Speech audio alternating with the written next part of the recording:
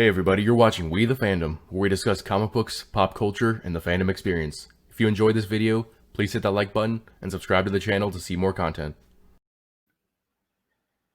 Hello everybody, Jacob here at We the Fandom, and today is New Comic Book Day. This comic book is, I think, a week old actually, but it's kind of a hot topic on YouTube among the comic book community. It's called Represent by DC Comics. The first in God knows how many chapters of what essentially is kind of the epitome of social justice comics. Representation is the only thing that matters in comic books now. And you can tell how much they care about representation by how creative they were with the name. But here we go. So, to give a little background on the story, 3 to 4 months into the pandemic, when things were being shut down, there was a man named Chris Cooper who likes to watch birds.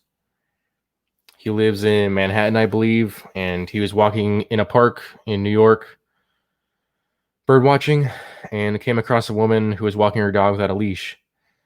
They got into an argument, and then she threatened to call the cops on him, and I think she actually did, and specifically mentioned that there was a black man there. I don't know all the details of the situation, but this story is basically a fictional account of that, and a very silly fictional account where they were trying to, I don't know what they were trying to do, to be honest. But let's see. I'm going to be skipping around some pages for the copyright gods. But this here is actually a picture of Chris Cooper. So Chris Cooper, the man who is a bird watcher and got into this conversation with this woman, actually turned out to be believe an editor who used to work at Marvel. And so DC got into contact with them, and now they're making this book. I'm not sure if he's writing. I think he wrote this story. I'm not sure if he's writing more than one chapter, but yeah. Let's see. Writer in NYC. Inspired by his encounter with racism while birding in Central Park. Binoculars given to him by his father, who was a Korean War vet and civil rights activist. While the specter of police violence on black and brown bodies passed him by that morning, others haven't been so fortunate. So, a little background on him. We're going to get into the story. So, where do you want to go?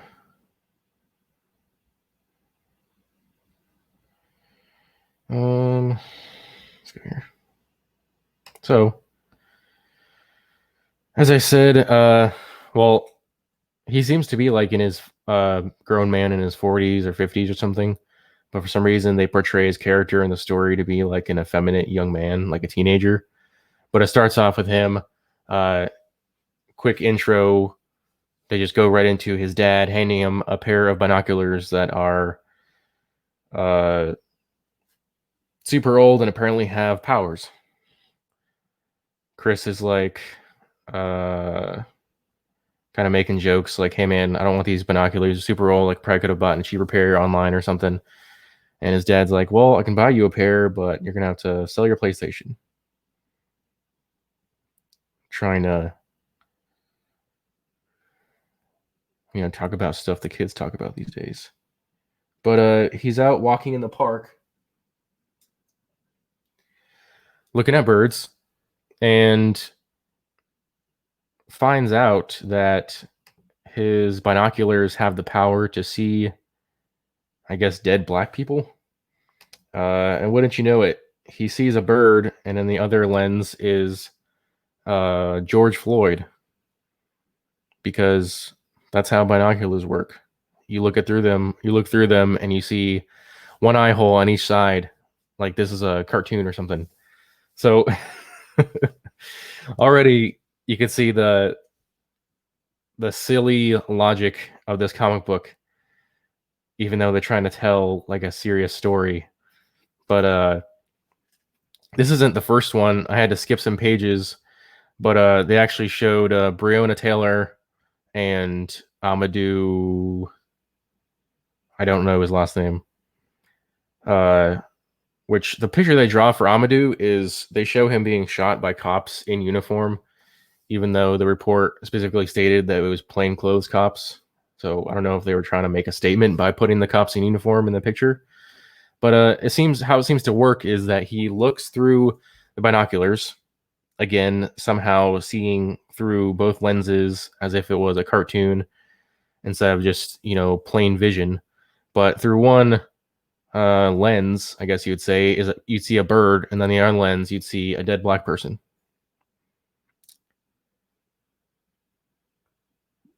I don't know who thought that'd be an interesting idea. I mean, of all the superpowers you could have, you get to see a dead black person along with a bird through binoculars. And at first, he kind of just freaks out before, I guess, becoming sad about the situation. But let's see.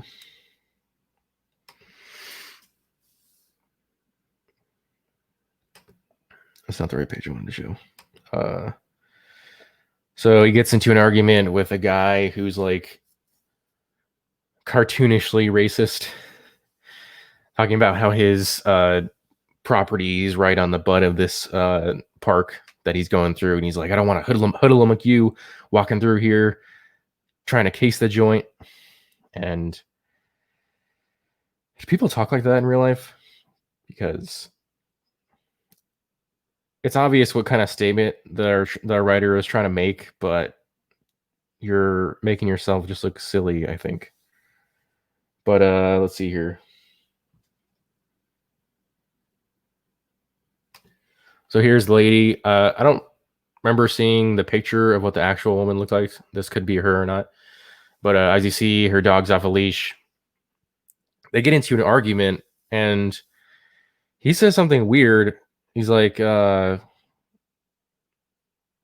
he's basically talking about the rules of the park. The signs posted saying you need a dog on a leash.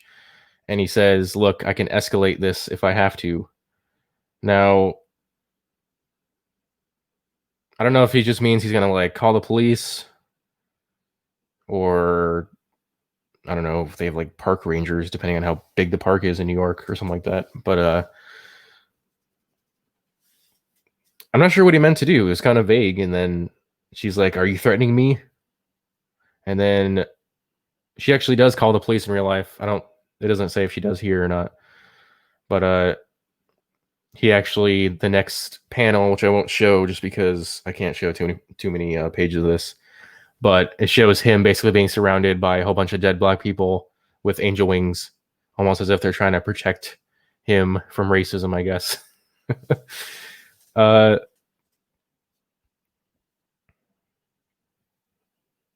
Yeah, I think he actually did say, look, I can escalate this if I have to in real life as well. And again, that's kind of a weird thing to say. Like, I think most people will just be like, hey, you put this dog on a leash. And if they say no, I don't know, I think most people would move on. Because if someone's came up to you and said, I can escalate things regardless of who that person is, I mean, I'm not sure how I would take that in real life. I'm not sure. I would probably ask them what they mean by that. I'm not sure if she asked him. She didn't ask him to clarify in the comic, and I don't know if she asked him in real life. But I don't know. It seems like they're either not presenting the whole situation, or the actual situation was just as vague as this one. In either case, the message gets lost in the overall the silliness of the comic and the kind of cartoonish racism posed by these people. Again, this is the first chapter of, I don't know how many this is going to end up being, but this is 2020 DC Comics. Forget superheroes fighting supervillains, superheroes teaching you, trying to be role models for people of all ages, showing you values of hope, justice, freedom, truth, liberty. Instead, we're going to make a story about a guy who had binoculars in which you could see a black person on the other side of a bird.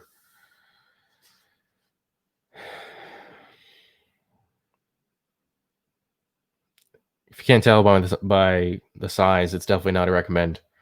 But there you go.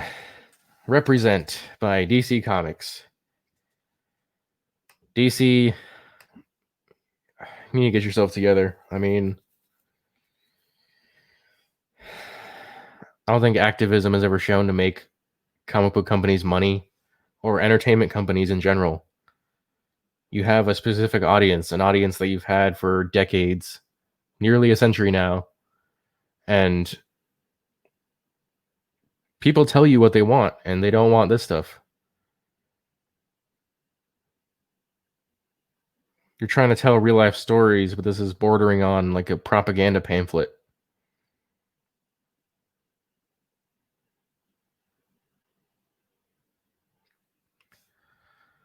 That's all I have to say about that.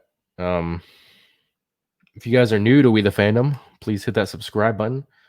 If you enjoyed this video, please smash the like. And if you have suggestions for comic books I can review in the future, please leave a comment below. See you all next time.